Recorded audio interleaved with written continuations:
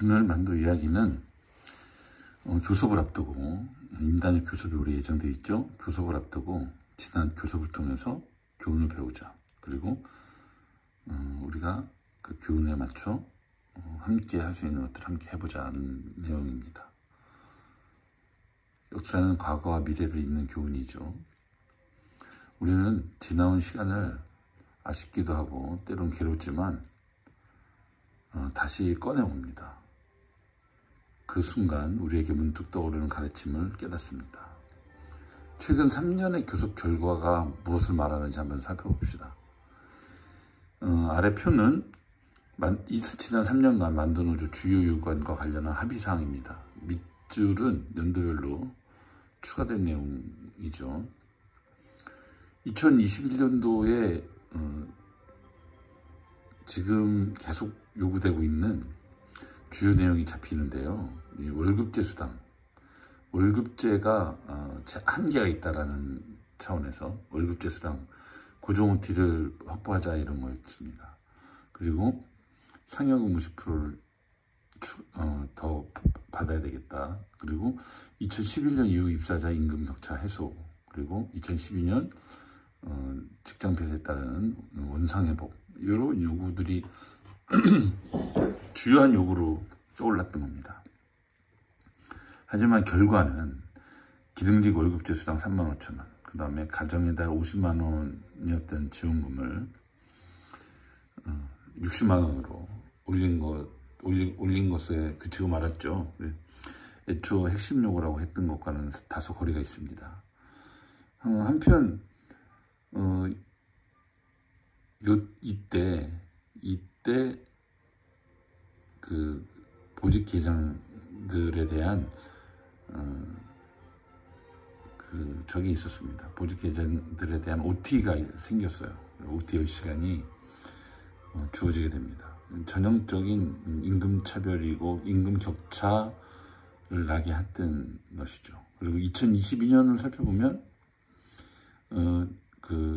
2011년 이후 입사자에 대한 임금 격차를 좀 해소해보고자 직급 수당 통합 10만 원을 새롭게 요구안으로 잡고 또 OT 5시간, 정년 연장, 그 다음에 직장 폐쇄 원상회복 및 위로금, 고정성과급 50%, 의료비 총고용 부장 및 일거리 문제, 이런 것들을 주요 요구로 내걸게 되죠.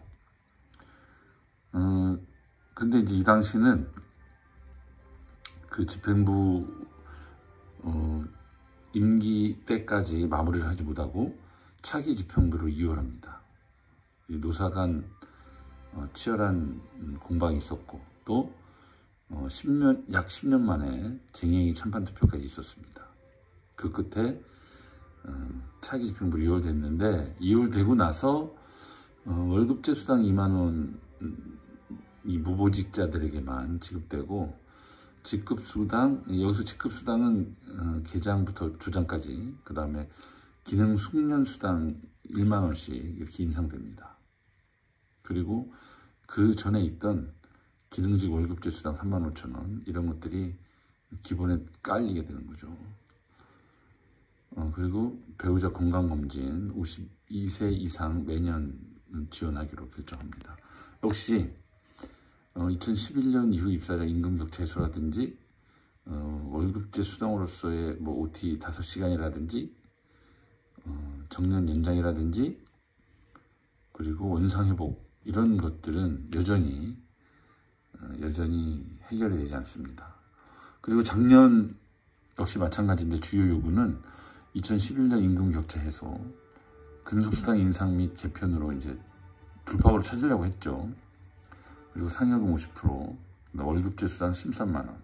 결국은 월급제 수당이 이제 많이 차이가 나게 되는 겁니다. 그 보직 계장들은 약 30만 원 정도 되거든요. 그러다 보니까 월급제 수당을 인상해서라도 보완을 좀 해보려고 했던 겁니다. 그리고 정년 연장, 직장 폐쇄 원상 회복. 그래서 눈에 뻔히 보이는 이런 것들이 결과적으로 그 핵심 과제로 등장했지만, 상여금 OT 5시간 이와 연관되는 합의는 그렇습니다. 우리가 여기서 눈여겨볼 부분이 두 가지입니다. 첫 번째는 만도노조 요구에 대한 사측의 태도죠.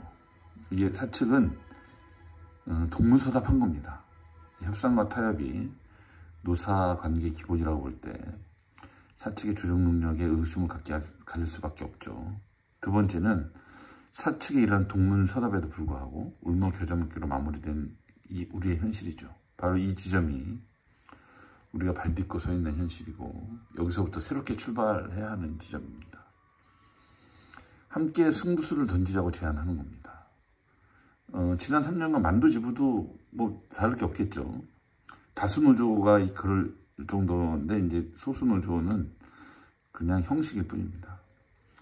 다만 3년 동안 주요한 특징은 월급제와 주간 이교대제에 대한 제도 개선, 상표권 매각, 익산지의 사무실, 2012년 원상 회복이 주요 요구였습니다. 우리 요구의 정당성만 외치는 교섭이 되고 말았는데 월급제와 주간 연속 이교대제가 이대로 좋은가라는 문제의식 속에서 2021년부터 상여금 600%를 분할 지급하라. 그리고 이 정률수당이 있어야겠다. 이게 상여금 600%가 기본급화되고 그 다음에 잔업과 야간 이런 것들이 대폭 축소되면서 임금 인상으로 얻을 수 있는 이 수혜액이 대폭 줄었습니다. 그래서 정률수당이 필요하다. 그 상여금 OT 부분을 활용해서라도 기본급 인상률에 상응하는 수당 인상이 필요하다고 했던 거죠. 주간 이교대제 관련해서 연체수당 100%에서 150%로 늘려라 이런 겁니다. 기타로는 2012년 원상회복, 상표권 매각 이런 것들이 있었습니다. 2020년도도 마찬가지죠. 그 2020년도에는 그 무보직 수당 OT 10시간 이게 이제 보직 계장들한테만 지급됐던 얘기이기 때문에 이걸 본격적으로 내걸었던 겁니다. 그리고 주 4일제 교대 시간을 축소를 포함한 주 4일제를 요구했던 거죠. 이때는 임단협까지 있었으니까요. 그리고 이제 원상회복, 정년 연장, 고용보장, 상표권 매각, 익산지의 사무실 이런 것들이 다 요구사항이 있었습니다. 그리고 익산지의 사무실만 간신히 얻을 수 있었죠. 작년에는 역시 마찬가지입니다. 상여금 600% 분할 지급 그리고 무보직 수당 25만 원. 그 보직 계장 수당을 정액으로 하다 보니까 우리도 동일하게는 아니지만 상응하게 이렇게 요구했고, 그 다음에 새벽 수당 10만 원. 이 새벽 수당은 이 주간에 새벽에 거의 출근하다시피 하죠. 그래서 1조 근무에 대한 새벽 수당을 지급해야 되지 않겠느냐.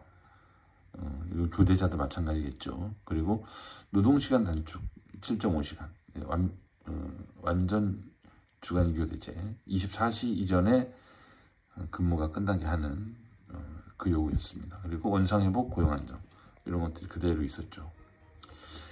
이 전체 조합원에 영향을 미치는 만도노조에 힘을 실겠다는 것이 기본 저희들의 대응 방향이었습니다. 물론 우리 문제는 또 우리가 계속 가져갈 수밖에 없고요. 원상회복이라든지 익산지의 사무실이 그랬던 겁니다. 어쨌든 이러한 만도지부, 만도노조 사례를 볼 때 요구를 여러 가지 한다고 해서 얻는 것이 다양한 건 아니었습니다. 오히려 다양할수록 사측은 피해가려고 더 했던 걸로 보여집니다. 그래서 전체 조합원의 뜻을 모으고 함께 머리를 맞대자고 제안합니다.